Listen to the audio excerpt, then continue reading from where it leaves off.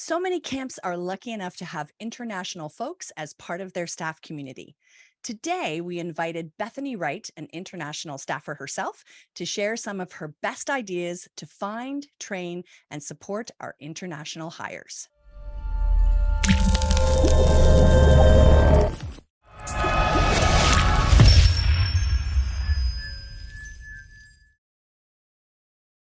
You don't lead camp because you love the office. Ultra Camp has everything you need to manage your program so you can spend more time doing what you love. Manage staff, register campers, take payments, and direct communication all in one place. Welcome to Camp Code, a podcast brought to you by Go Camp Pro. We've seen a lot of changes in our industry over the last 10 years since our podcasting adventure first began. The landscape certainly looks very different as we head into the 2023 camp season. And yet the importance of well thought out staff training remains the same. This season, we delve into new topics, new ideas for skill development, coping strategies, and ways to support our staff to bring their very best. Yes, the what has certainly changed in the last 10 years, but the why remains the same. Join us this season as we talk about, share, and discover fresh and innovative ways to create a purposeful, thoughtful, and intentional leadership training. Well, hello, everyone, and welcome to Camp Code. For many of us, hiring international staff has been a part of our camp's history for decades. For others, it's something we're just getting into or contemplating for the future. No matter where you land on this, we could all use some expert advice. And today we have a wonderful guest with us who knows all about international staffing.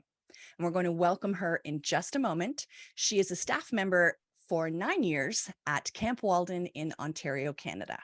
But before we jump into our exciting and informative discussion today, we're going to start by introducing ourselves. So Gabrielle, could you start us off, please? Yes. Hi, everybody. My name is Gabrielle Rail, and I'm one of the camp directors at Camp Woro. Camp Woro is an all-girls camp in the Laurentian Mountains, and we focus on creating a positive environment for girls and gender minorities. Thanks, Gab. And I'm Beth Allison. I'm co-owner of Camp Hacker and Go Camp Pro, and my pronouns are she and her. And I'm a camp consultant and a trainer coming to you today from Woodstock, Ontario, Canada. And my passion is building solid, supportive, and purposeful communities through intentional and thoughtful leadership training. And instead of Ruby today, we have a very special guest. So Bethany, I'm going to turn things over to you and ask you to introduce yourself, please. Thank you very much. Hi, everybody. I am Bethany Wright. My pronouns are she, her, and I am a British female now living in Toronto, Canada, and have been part of the summer camp industry for over a decade, working at Camp Walden in Ontario, Canada for 9 summers, going into my 10th summer. I create something called Brit in the Six, which is to help international staff members prepare for their first ever summer at camp through my blog and social media. Oh, we can't wait to dive into that. That's excellent. So awesome. So thank you so much again for being here with us today. No, Can we start by you giving us a brief sort of overview of your camp history? How did you get started? Is Walden the only camp that you've attended? What sort of jobs have you held at Walden? Those kinds of things. For sure. So I am Bethany. I have been working at summer camp since 2013, but my summer camp journey started in the States. So I went through a organization called CCUSA, a summer camp agency that helped place like people like myself looking for a job, looking for work just for the summer. I was a university student at the time and wasn't getting any work in my hometown. They just didn't want to train me. They knew I was going back to university and they just didn't want to put the time and energy into giving me a job and training me.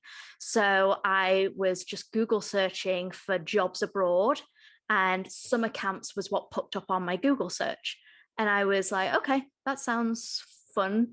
Okay, why not? Let's try it. Applied, got hired, and had an amazing summer. I worked at a specialist summer camp in Pennsylvania. I worked as a dance technique coach for a gymnastics camp. Oh, great. And had an amazing time. It was phenomenal. I absolutely loved the experience. The people that I met were phenomenal. And I got to travel around the US for 30 days after work, which was phenomenal as a 20-year-old who loves backpacking, like traveling, getting my toes wet, I got the travel bug. And I was like, so what else can I do in this summer camp industry? Me being like, I've ticked the states off my list, like I want to go somewhere else. And I loved the summer camp atmosphere. Like it just was amazing to me. And to somebody from England that doesn't have summer camps, like the summer camp energy was alive inside me and I couldn't find it anywhere else. So again, CCUSA said, hey, we have a sister company called Camp Canada. They do summer camps similar to America. Maybe you might want to try it up there. So I did, and got placed at Walden. And I'm very, very lucky to be placed at Walden. I was placed there originally as a theatre specialist. And again, it was a totally different camp, totally different setup than my first summer placement, but something different just clicked. And I can't like put my finger on it, what it was, but something clicked. I even extended my contract past the summer to work like the fall season where they rent out the site because I fell in love with it so much. And then I went back home, thought that was great. That was the summer. I'm graduated from university now. I won't go back to summer camp. That was great, but then hated my 9-to-5 job. Yeah, we've heard this story before. Yes, I'm sure this is everyone's there's story, some right? sort of familiar. It just, there's that something that none of us can put our finger on, right? And it was April. I was having not a terrible time, but just in me, I'm like, oh, I want to go back. Why am I sat here? Why am I here in England? It's raining. Like, why? Sent out an email and was literally like, I will do any job. What opening do you have? Like, it doesn't have to be the same job. Please, what do you have? And they're like, hey, we've got a role for dance and fitness specialists. Like, maybe you want to do that too. And I'm like, yeah, love that. Like, I danced growing up. Sounds great. 3 weeks later, I'm on a flight going back to Canada. And again, did their shoulder months, May, June, did the summer, went traveling, came back for September, worked September camp, and then left again. And I've been going back to summer camp ever since. And it's just clicked within me. So like I said, I've worked a specialist role. I became a head specialist for 2 years for dance and fitness, and then became a unit head, and was climbing up. And I'm now part of the leadership team for Camp Walden. And I've been there for 9 summers and rolling into getting ready for summer number 10, which is exciting, very, very exciting. But it's phenomenal. And now that I've done it, I can't see my life going any other way. So nice. Congratulations. That's great. We're really excited for you. So for those of our listeners who may not know too much about camping outside of their own country, and the vast majority of our listeners are in North America, although we do have many abroad as well, but tell us why you didn't do summer camp in the UK. So summer camp isn't really a thing in the UK. Our summer holidays in the UK is 5 or 6 weeks long. That's it. Because the rest of the time off throughout the year is split up differently. Whereas here in North America, you have a massive chunk of 12 weeks that you have to fill. And so summer camp really isn't a thing in the UK. There's like residentials that you'll go on with your school, like at the end of the year, to like an outdoor center. And I did that growing up. And it was like, you go Monday to Friday and you do some hiking, or you do some fishing, or you do like some fun activities there, like team building type things. But it was with your school. It was never you left elsewhere. But I think it's because the summer holidays are so short in the UK that you just can't justify being away from your family for any span of time, because everybody's like, oh, it's the summer, you don't like, we'll go on vacation or holiday with our family for a week or 2 weeks, and then you're left with just 3 weeks left of the summer. Whereas in North America, you have such a big span to fill that the parents are like, please go. I can't have you in the house for the whole 12 weeks. Please go and do something, have fun with friends. Let me have a breather too. Like it's a long stint. And I totally understand it. But in the UK, there just isn't the same camaraderie community in a summer camp. They try and make outdoor facilities, but it just doesn't hit the nail on the head the same as a summer camp. Okay. So for all of those of you that didn't know, that's why we have so many international students that head this way to start their camp careers. All right. So we're going to stop for a quick break from our sponsor. And when we come back, we're going to get into the meat and potatoes of this episode and some best practices for training international staff. Exclusive to Camp Code listeners, discover the 10 best marketing tools and tips for camps by visiting ultracampmanagement.com/campcode and downloading UltraCamp's free guide, The Marketing Toolbox. Do you remember why you chose to get into the camping world? UltraCamp knows it wasn't because you loved paperwork. That's why they built a platform with powerful tools to help you keep your program on track without breaking a sweat. Powerful tools that put you in control of your information. Automate key processes like registration and billing, generate custom reports showing key insights, easily manage your hiring process with integrated background checks, and quickly communicate with your customers and donors. UltraCamp's goal is to help their clients spend less time in the office and more time doing what they love. Want to know if UltraCamp is the right fit for you? They offer free customized demo sessions so you can see their software in action. Sign up at ultracampmanagement.com/campcode. And we are back with Bethany, our international camp staff member, and we have a ton of questions for you now about all of this. So exciting to hear about your blog and all of those fun things. So let's start with how we best set ourselves up to hire international staff, knowing that they're getting the right information and that we're getting the right fit. What are some tips there for hiring international staff? Great. So I would say in that initial interview process, I would try to be as transparent as humanly possible.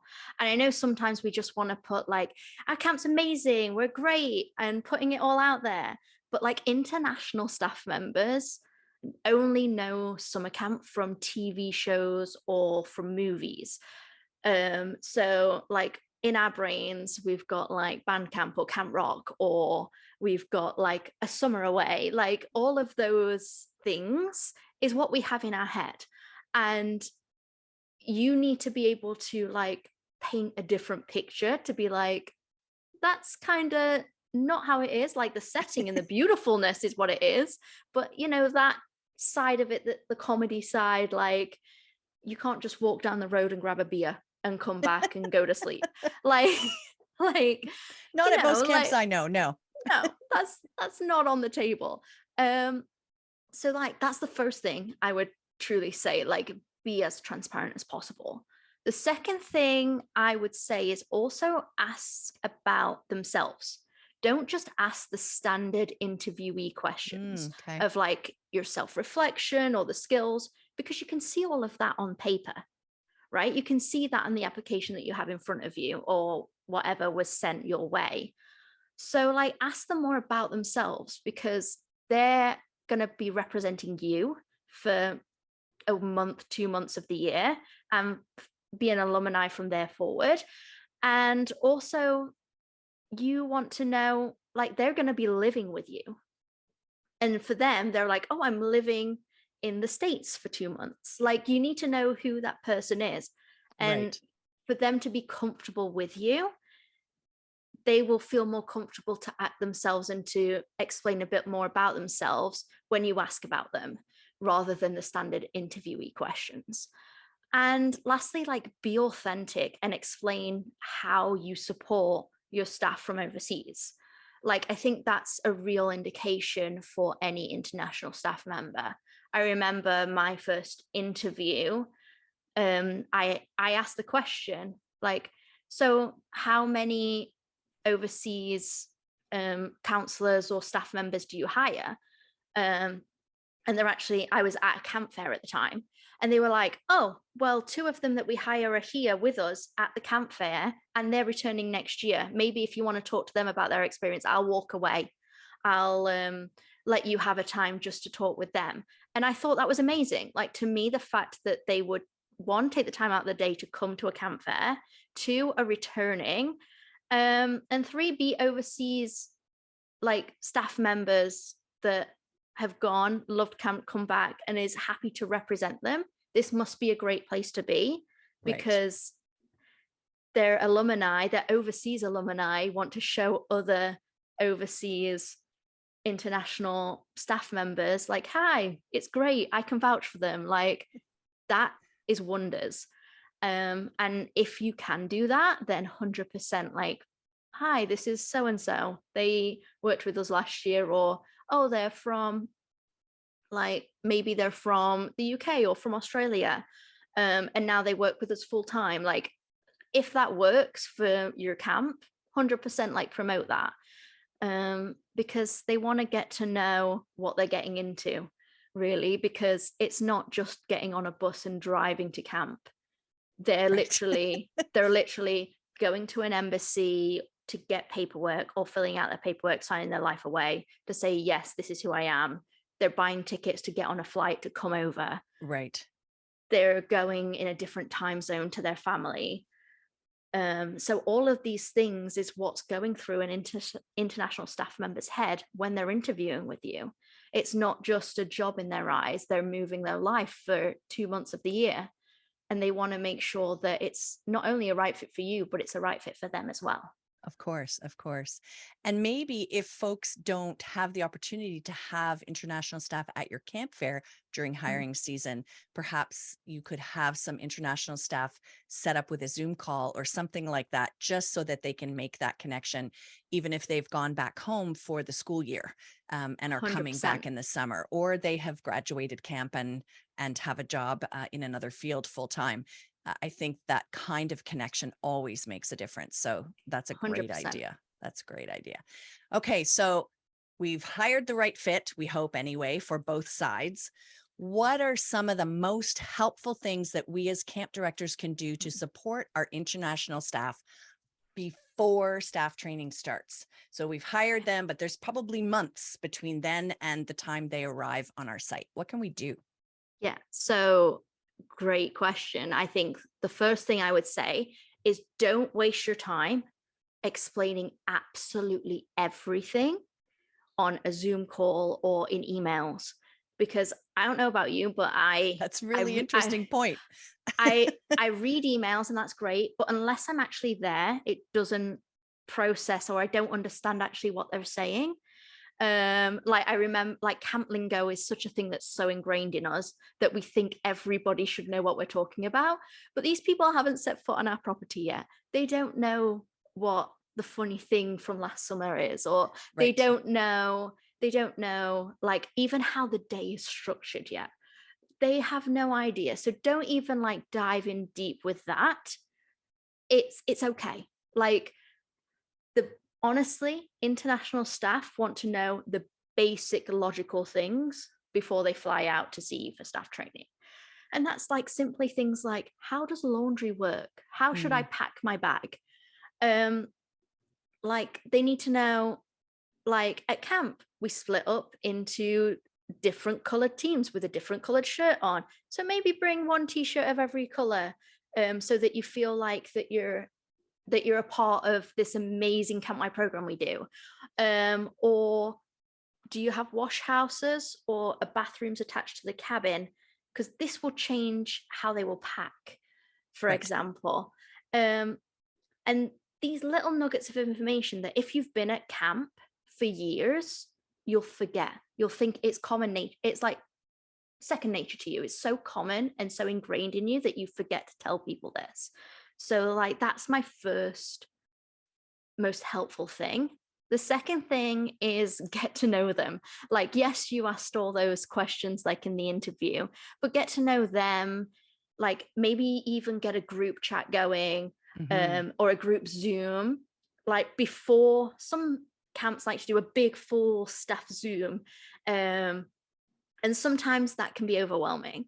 So just having a brand new to camp or an international Zoom just for those people is like, hi, guess what? You're all in the same boat.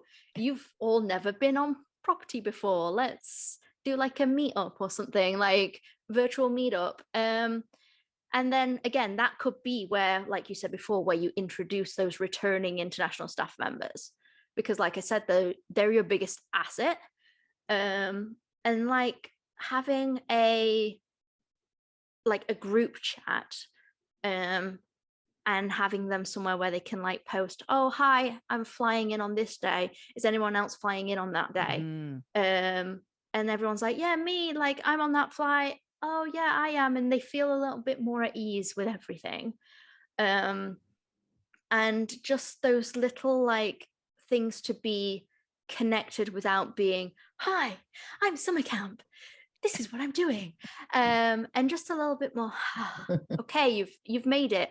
Like you were worried about not being placed, but now you've finally got placed and we're so happy to have you in our camp family. I think just getting to know them, and if they have like a town, like you could even host a town hall of being like, hi, what do you want to know about camp?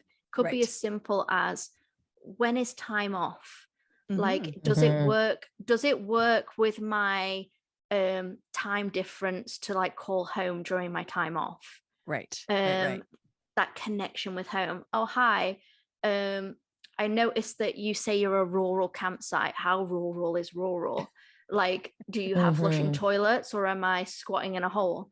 Like, because in my head, rural meant you're going into the woods and just squatting. I didn't like when I heard it was rural. Like, this is a thing that an international staff member's like, what is happening? And like simple things as simple as like, hi, does your camp have like a dress code? Like when I'm packing for swim, do I have to have like a full one piece, or is it like be whatever you're comfortable in? Like little snippets like that.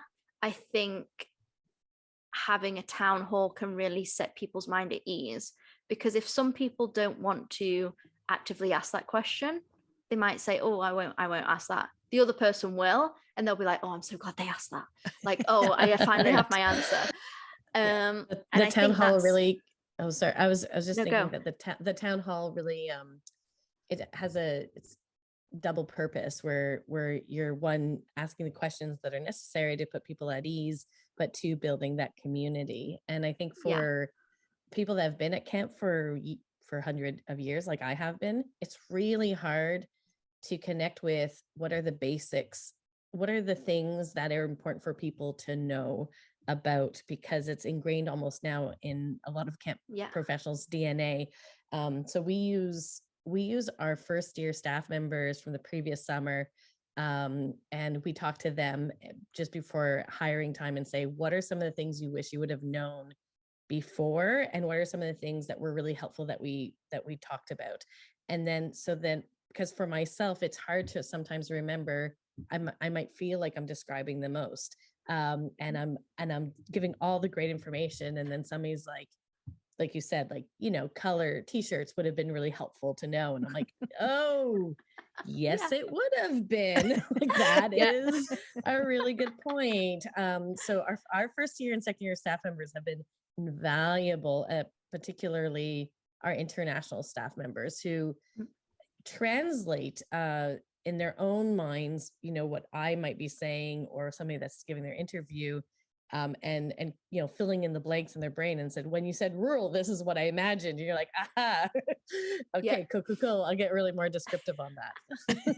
Yeah, and I feel like we split up our age groups into very odd, I'm sure every camp does this, into very odd particular ways. Like colors is our youngest age group, because every cabin is named after a color, and we go on so forth and so on. So when we say, oh, you're everyone that's living in colors, your makeup of this, and everyone's like, what does that even mean? And you're like, okay, all of you that were hired to work with 7 to 9 year olds, you live in a unit called colors. So all of you that live in that unit altogether, this is the person, your go-to person. This is what we call a unit head. And it's kind of like a lingo cheat, like a little cheat sheet that maybe before that massive, big, full staff meeting, you like post in that little group chat and you're kind of like, hi, we're going to be talking in camp lingo. We're very, very sorry in advance, but we might say these few words. And so you can cross-reference. We're really sorry. We'll try our best. But, some of our staff have been coming to camp for 9-10 years because they started when they're 7 years old. And they've now graduated from our CIT program. And we now have them as first-year staff members. Right. And they know all this lingo. So we're really sorry that we're not breaking it down even further. But here's a little like guide so you can kind of follow along. Like just little attention to detail things that isn't going too into depth, but it can make a difference. And that international staff member that's never set foot goes, wow, they really care. Like they really want us to understand what's going on in this place.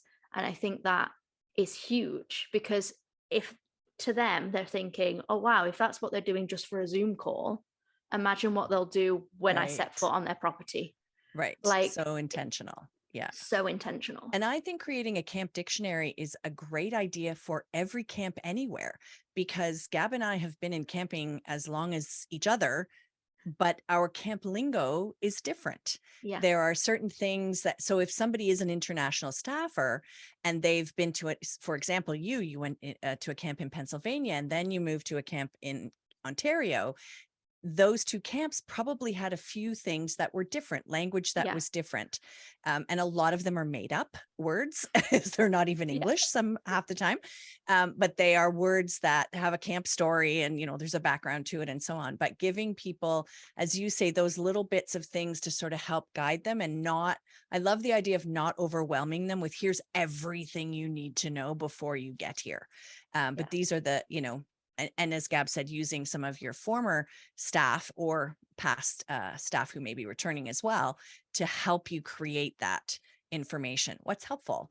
What was, don't tell me that yet. Like I can deal with that later, but it got lost somewhere in my brain, or I forgot, or it freaked me out because I didn't quite understand everything that led up to that. So morsels and pieces that are, but the right ones, not just... Yeah. And I think that's the biggest thing, like a big piece, a thing that a camp director or a leadership team might think is the biggest nugget might actually be the one that could scare them away. Like you have to really like pare it back to be like, how would I explain this to a new family? Or how would I explain this to somebody that doesn't know us at all? Like how you have to really take a step back and really pare it back, because just doing it one step, I don't think you'll get the right effect. You have to really go at it a few times. Right. And thinking also about the country of origin for that international staffer. Do they have camp experience from their country? Or are they like they've never had any, and it's not something that the rest of the country does. And so I think those are probably also two very different starting places for staff members when they come over, because there are lots 100%. Of countries around the world that run summer camp. And so then it just becomes, this is how we do it here versus this is how actual summer camp runs. You don't, for the most part, squat in the bush. I don't really know many camps that do, unless you're stuck on a trip somewhere, but in the middle of the wilderness. But those kinds of things are important. Okay, so hiring them, stuff we're telling them beforehand. We've got them at camp. What are, and I think this is going to be the really, really big piece. What are some of the best practices that help ensure that they get the most from leadership training and that we get the best out of them through the summer, and that we know best how to support them through the summer? So for leadership training, which we, most of us have run many, many times, and if we've never had international staff before, but we're really excited to try it next year, what are some of the things that will get the best results for everyone involved?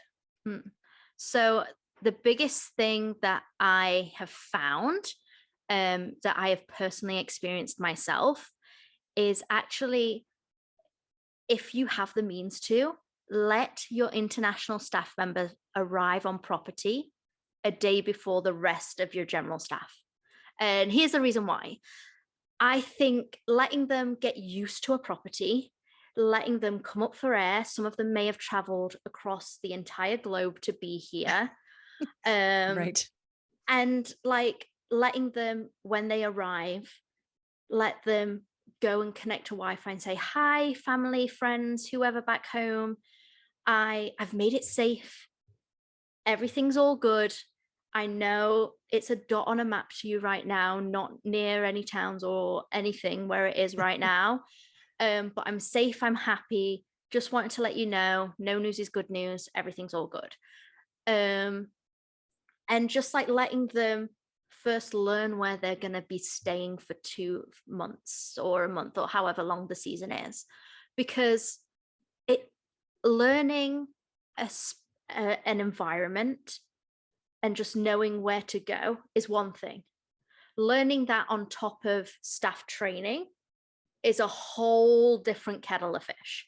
And I don't think you're ever going to get the best out of your staff if you are overwhelming them like that. So I think letting them come a day earlier, it's just the people that are also brand new, international, that same group of people that you saw with little boxes in their faces on Zoom or that virtual meetup or however you did it, you're all together.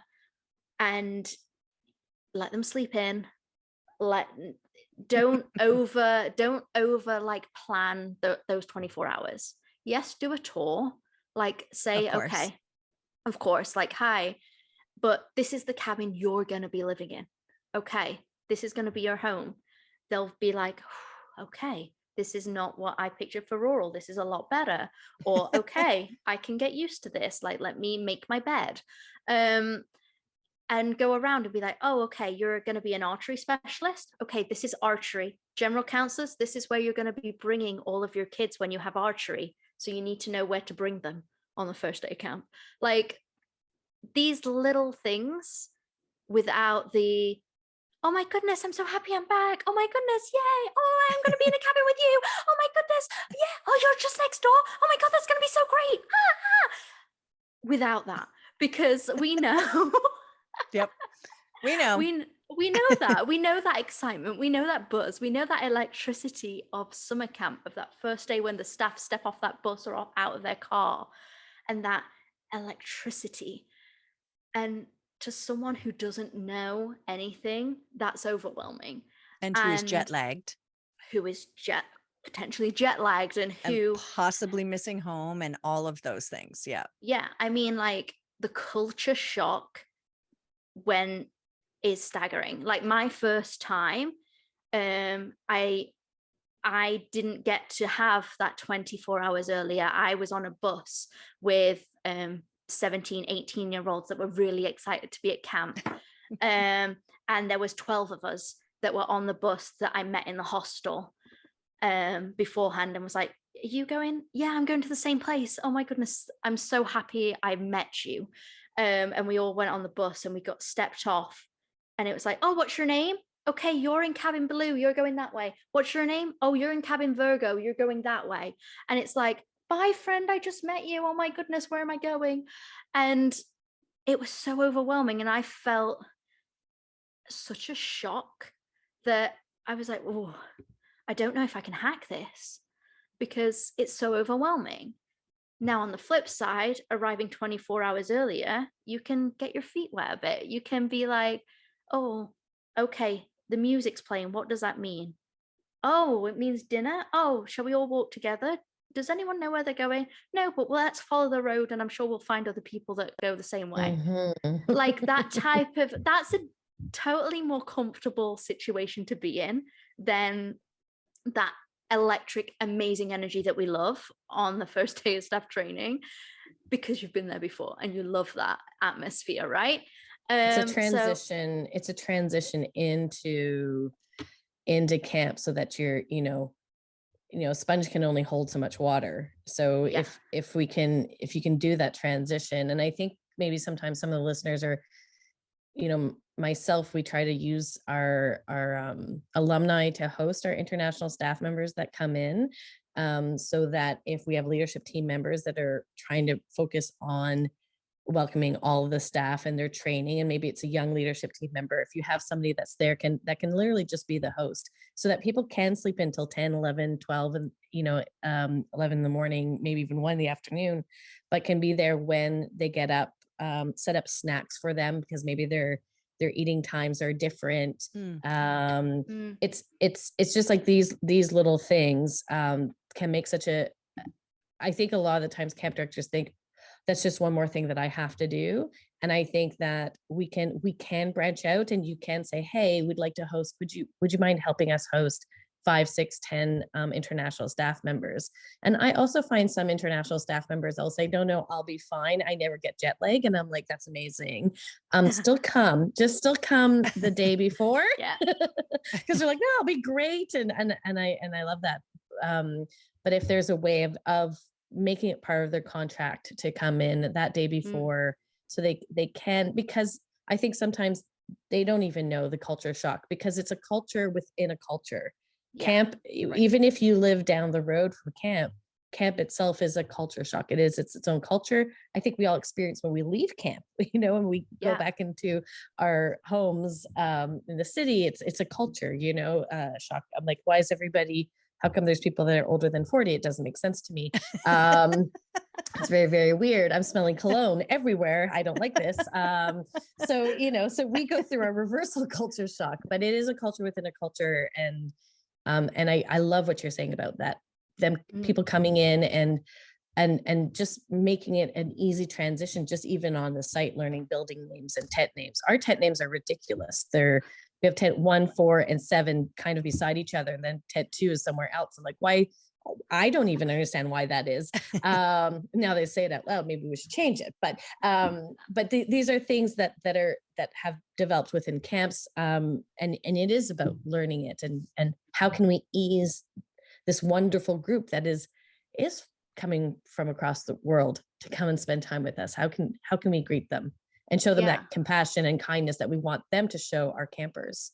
And I love the idea of having time with them before others arrive. So maybe, after dinner, you can sit around, have a campfire or something, and just answer questions or test, the temperature of where everybody's sort of feeling and what they're experiencing, but also gives you time to front load with them about what's going to happen tomorrow when the cars pull in and the screaming starts and everybody's crying and hugging because they're so happy to see each other.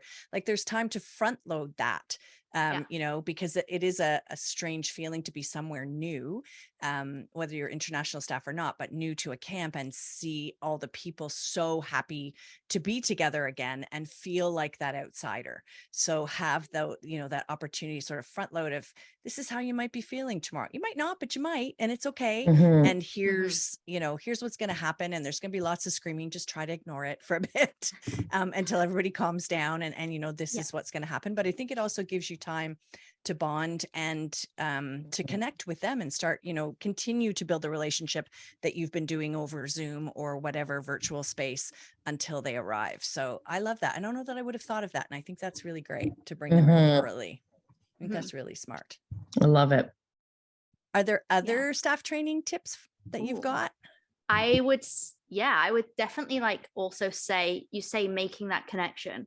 I would also check in on them. Like, if you are a leadership member that is looking over a certain age group and you have staff members in there that's an international staff member, maybe not on the first day, maybe the second or third day, definitely check in on them, definitely learn their names, obviously, that goes without saying, but make sure you check in with them one to one and just be like, hey, how are you doing? How have you been sleeping? How have you been eating? Oh, actually, I'm vegetarian and I'm not finding anything. Oh, do you know about our dietaries? Oh, you actually have to do this. And things that, because I am a very picky eater, very, very fussy. And my first month, I would say, me being British, I would just sit on my hands and be like, oh, it's fine. Like, I'll just go and grab like a sandwich, or I'll just go and grab cereal when I didn't like the meal. Like, I don't want to inconvenience anybody. Like, they've put on an amazing meal for everybody else. And that's just me being polite and being English and what have you. But they're like, no, just go up and say, just go up through the dietary and maybe let the vegetarians go through first, and maybe like see if there's a vegetarian option that you can have, so you can have a good meal so that you can be sustained. Like little things like that we would do for a brand new camper. So why wouldn't we do it for a brand new staff member? That's a really good point. I love that. Like, of course. And then also, like, when you actually are building your training, like, make sure it's not just hard, heavy stuff all day. Like, throw in team building in there, like, build in free time. Don't just be like, oh, well, there's nothing after dinner, so it's fine. Like, no, like, build in free time that works with every staff member's like time difference. Like, and it's again that little detail, that little attention to detail. Like, one day it might be like this section just before lunch. One day it might be like a siesta time, like between 3 and 4. Like, these little nuggets of that you block in to like come up for air, I think really help not just the international staff members, but all of your staff members come up for air. And just, it encourages that organic sort of, oh, I'm going to play ball. Do you want to come and play ball with us? Or oh, I'm going to go and sit by the lake. Do you want to come down and have a walk? Okay. Like, it just encourages that ethos and that community, rather than moving from outside, sitting, listening to health and safety, moving on, listening to EpiPens, moving on, listening to homesick campers, moving, like, we get it. Like, the people that you normally get to come and want to work at summer camp are active people, are people that want to be outdoors, that want to be involved. They're not the like, and we hire them because of these personality traits, because of the way who they are, really. But sometimes our staff training doesn't reflect the staff members we have. I understand there are things that we have to do legally wise and for the care and nature of and nurture of our campers, but is there a way? Because these people, if they wanted to sit down and listen to someone talk, they would not work at camp for their summer. They'd go and work in an office or they'd go and work somewhere else.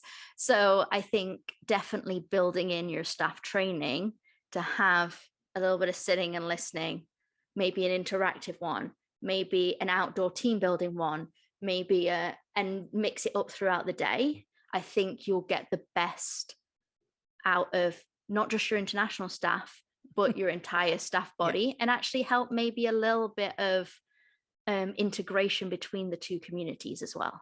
Right. And that will get the best out of everybody. Because once everybody trusts everybody, you're going to get the best out of your whole staff body. So those staff, that integration piece and how you integrate them is huge during staff training. And it doesn't have to be a big thing that you orchestrate of a week-long thing, and it doesn't have to be that. It can just be like a little icebreaker here. Could be just how you place them in cabins. It could just be a big game, team building game that you do with the whole staff. I like what you're saying, Bethany, with I think sometimes as camp directors, we also try to go a little over the top and say, like, I'm going to try to do this, so it's going to be the best this or the best that ever. And I love what you're saying is what really goes the distance is these little acts of creating space for community. If we can create these many little acts of community spaces in between sessions, during meal times, within the staff cabins, and try to prioritize that, but not overtax ourselves with, special effects of props or costumes, though those are great too, like not at all knocking those, but prioritize the community's pieces over the big theatrics of it, so that our international staff, as they're absorbing all this information from camp, they're also really getting to know each other. And I think also it's hard to even just names. It is hard when you're learning all of this information, also learning people's names, learning who is who, and building that trust. So I like what you're talking, like you have sort of a theme of getting back to basics, I feel, throughout what we're talking about. And so it's a friendly reminder to myself, because sometimes, believe it or not, I like to go over the top. So I also need this reminder. I know I am shocked too, Beth, but we're being vulnerable here on the podcast today. So it's a good reminder of those pieces are so important to help all staff members, but especially international staff members that are far away from home, to build community, to build family. Yeah, for sure. All right. I think it's probably time for a bit of a Gabs recap. We still have a chance to hear from Bethany in a little bit, but do you have a recap for us, Gab, of this amazing episode? I do. And I'm going to add just one little piece to Bethany's amazing interview for today. And thank you so much, Bethany, for being with us today. International staff members might not be able to communicate with home at the same time as national staff members.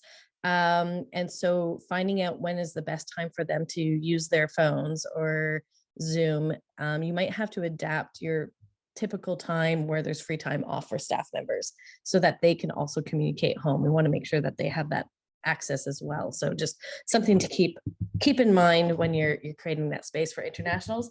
And then lastly, I would say, if you do all of the things that Bethany has said, you are investing in these staff members. We've had at Waro staff members that have come back for 10 years. They're not one-hit wonders. And even if they are one-hit wonder, they add such a magical, special spark to our camp. And they have such an appreciation, I have found, because it's such an adventure. But when you do take the time, I found that we have had quite a few internationals come back, and it's just been such a privilege for us to have those international staff members, and what a chance and a risk they take on us. So if we can do what Bethany is suggesting, I think camps and these partnerships can really work out. So for our recap of today, let's start, why not, with the interviewing process. Like, let's just look at this. Let's demystify what camps are. We know what movies are. We know that's not camp. There is no beer time. Let's let them know that what is actually camp. Ask them about themselves. We want to tell them, of course, about us, but hey, what about them, their dreams, their goals? Be authentic about the support, and let's try to see if we can give them some reference conversations with past international staff members. They might feel more comfortable asking those awkward questions with them, but it also shows a sign that you care about your staff, which is of course going to translate down to caring about their campers. Now, before they arrive, think about hosting a town hall. Now, I know some of us have tried this and not all of our staff members show up, but when you do a special invite, and especially in the interview process, and let them know this is part of the process, we want you to attend a town hall. Here are 2 different times.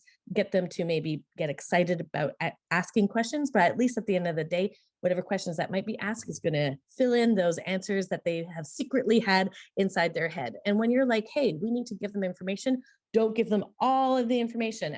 At Campco, we love to front load, but sometimes it can be a little too much. So maybe think about Maslow's hierarchy of needs: safety, your pay, shelter, food, all of these things. How can I prepare myself when I come to camp? And maybe use past international staff members or first year staff members to help with those implicit norms that some of us old school kids that have been around for a long time as camp pros forgot. So get them to say, you know what, that was weird, you didn't tell me this. And then make sure you tell the next generation that's coming in. Once they have come to camp, again, think about those basic needs.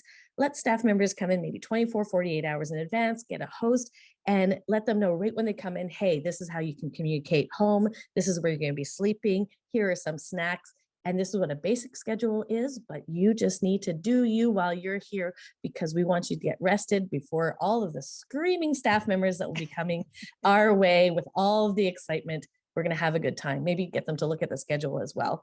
And then within the first 72 to 48 hours, let's do a little one-on-one check-in. They are very, very far from home. They've taken a risk on us, and there's a lot of information coming towards them. They might need to know where are the bathrooms again. And they also might want to have a little bit of a mealtime check-in.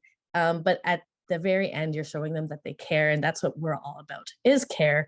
And so taking that time is going to go a long, long way. Thanks, Gab. Thanks so And much. here's how you can get involved. You can tell us your thoughts on this episode by using the hashtag CampCode.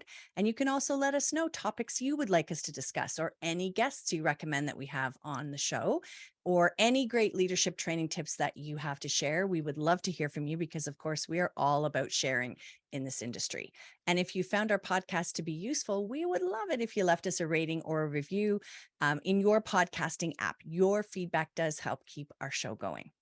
So this is how you can contact each one of us individually. And maybe this is a good time for when we get to Bethany, when you can tell us how to reach your blog, because I think there's a lot more information that we just didn't have time to cram into our podcast. So That'd Gab, how can they reach you? You can reach me at info@waro.com, OUAREAU.com. And you can follow me on Instagram at Gabrielle.rail, and rail takes 2 L's. Thank you. And Bethany, how can they reach you if they have questions or things they'd like to talk to you about? Amazing. So you can reach me on any of my social media. I'm on Instagram, TikTok, Twitter, you name it, I've got it. And that is Brit in the 6. So BRIT in the SIX. And then my blog is at my website, www.britinthesix.com. And all of my blogs are on there for the first time international staff member. So if you're curious of what I've been sharing to all of my followers, please have a look. There's everything in there, from what to pack, what not to pack, all the way through to days off, and all the way through into, do I even return back to summer camp, and everything in between. Excellent. And if you're a camp director who is not an international staff member, but is thinking about hiring them, I would also highly recommend that you go and take a look at the blog too. Absolutely. Our website here is gocamp.pro. I'm Beth at gocamp.pro, and I'm on Twitter at Topaz. Now, for our next podcast, we'll be talking about staff retention in a so-called post-pandemic world. Our final segment on each podcast is a best practice for leadership training. And again, we would love to hear some of your memorable moments or your most effective tips. And again, you can tell us what those are using that hashtag CampCode. And this week's best practice comes, of course, from Bethany. Amazing. So my best practice is, don't forget to check in with all of your staff members after the campers arrive. We do so much during staff training and everything like that. But then once the campers arrive, normally our mentality shifts to, what do the campers need? What do they want? Making sure that they're A-okay. But remember the staff members. Normally in that first week, I would say day 4, day 5, day 6, check in with your staff members. You can either split it up and do like a big staff thing, or break it down into, okay, new international staff members, how are you doing? Okay. Returning staff members, how are you doing? Okay. Age of a first year staff. How are you getting on? It's crazy, right? Yeah. Okay. So really check in with them. It really closes the loop on staff training, I feel, and really sets into okay, I can come up for air. That's great. Okay. I know you're here for me. I can push on through and keep going. And I think it really, again, makes staff members think, wow, you really care about me and my well-being. Thank you so much. I can now do a better job to helping the campers be the best versions they can be too. That's great. Thank you. You fit right in with Camp Code, Bethany. And thank you so much for joining us today. We really appreciate it. And we're grateful for all the knowledge that you gave us, but also the opportunity to check out your blog and find out even more. So thank you so much for that. Walden is really lucky to have you. Camp Thank Code you. is part of the Go Camp Pro podcast network, and you can check out all of our other podcasts at gocamp.pro/podcasts. And there are 7 podcasts in all, each with a different focus to help as many camp folks as we can. So give them a listen. I'm sure there's something in there for you. And from all of us here at Camp Code, thanks for the listening, friends.